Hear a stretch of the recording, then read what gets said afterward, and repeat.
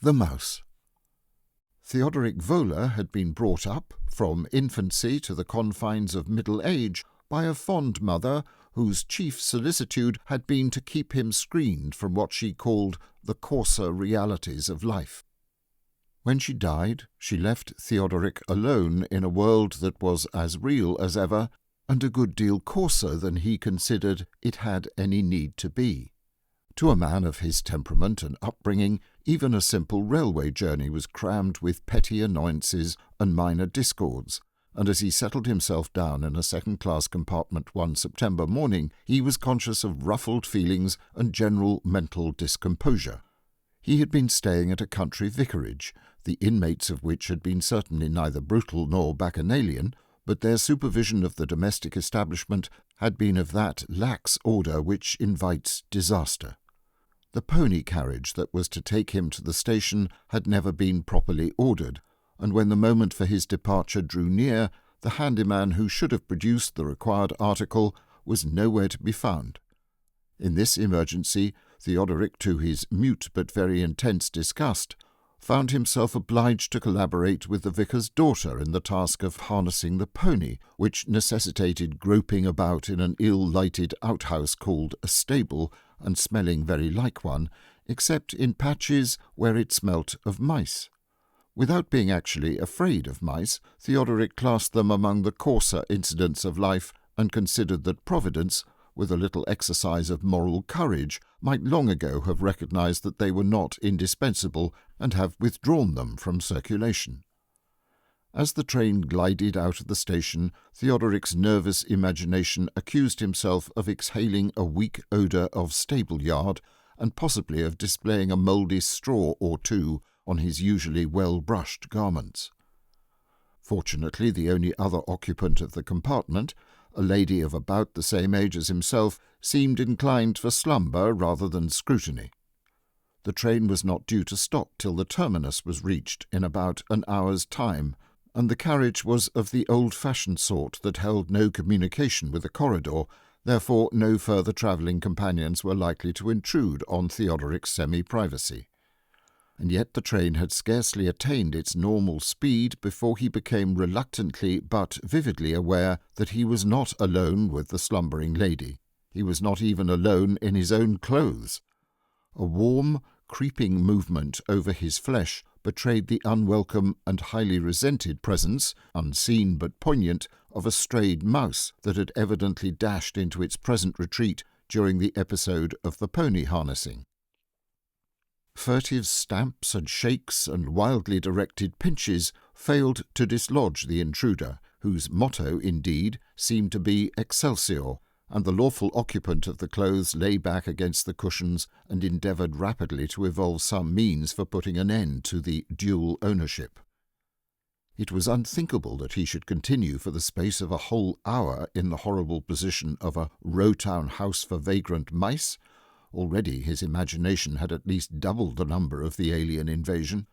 On the other hand, nothing less drastic than partial disrobing would ease him of his tormentor, and to undress in the presence of a lady, even for so laudable a purpose, was an idea that made his ear-tips tingle in a blush of abject shame. He had never been able to bring himself even to the mild exposure of open-work socks in the presence of the fair sex. And yet the lady in this case was, to all appearances, soundly and securely asleep. The mouse, on the other hand, seemed to be trying to crowd a Wanderjahr into a few strenuous minutes. If there is any truth in the theory of transmigration, this particular mouse must certainly have been, in a former state, a member of the Alpine Club. Sometimes in its eagerness it lost its footing and slipped for half an inch or so, and then, in fright, or more probably temper, it bit. Theodoric was goaded into the most audacious undertaking of his life. Crimsoning to the hue of a beetroot, and keeping an agonized watch on his slumbering fellow-traveller, he swiftly and noiselessly secured the ends of his railway rug to the racks on either side of the carriage, so that a substantial curtain hung athwart the compartment. In the narrow dressing-room that he had thus improvised, he proceeded with violent haste to extricate himself partially, and the mouse entirely, from the surrounding casings of tweed and half-wool. As the unravelled mouse gave a wild leap to the floor, the rug, slipping its fastening at either end, also came down with a heart-curdling flop, and almost simultaneously the awakened sleeper opened her eyes. With a movement almost quicker than the mouse's, Theodoric pounced on the rug and hauled its ample folds chin-high over his dismantled person as he collapsed into the further corner of the carriage. The blood raced and beat in the veins of his neck and forehead, while he waited dumbly for the communication cord to be pulled. The lady, however, contented herself with a silent stare at her strangely muffled companion. How much had she seen, Theodoric queried to himself, and in any case, what on earth must she think of his present posture? "I think I have caught a chill," he ventured desperately. "Really? I'm sorry," she replied. "I was just going to ask you if you would open this window.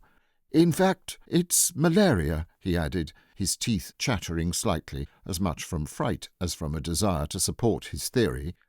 "I've got some brandy in my hold-all, if you'll kindly reach it down for me," said his companion. "Not for worlds. I mean, I never take anything for it," he assured her earnestly. "I suppose you caught it in the tropics?"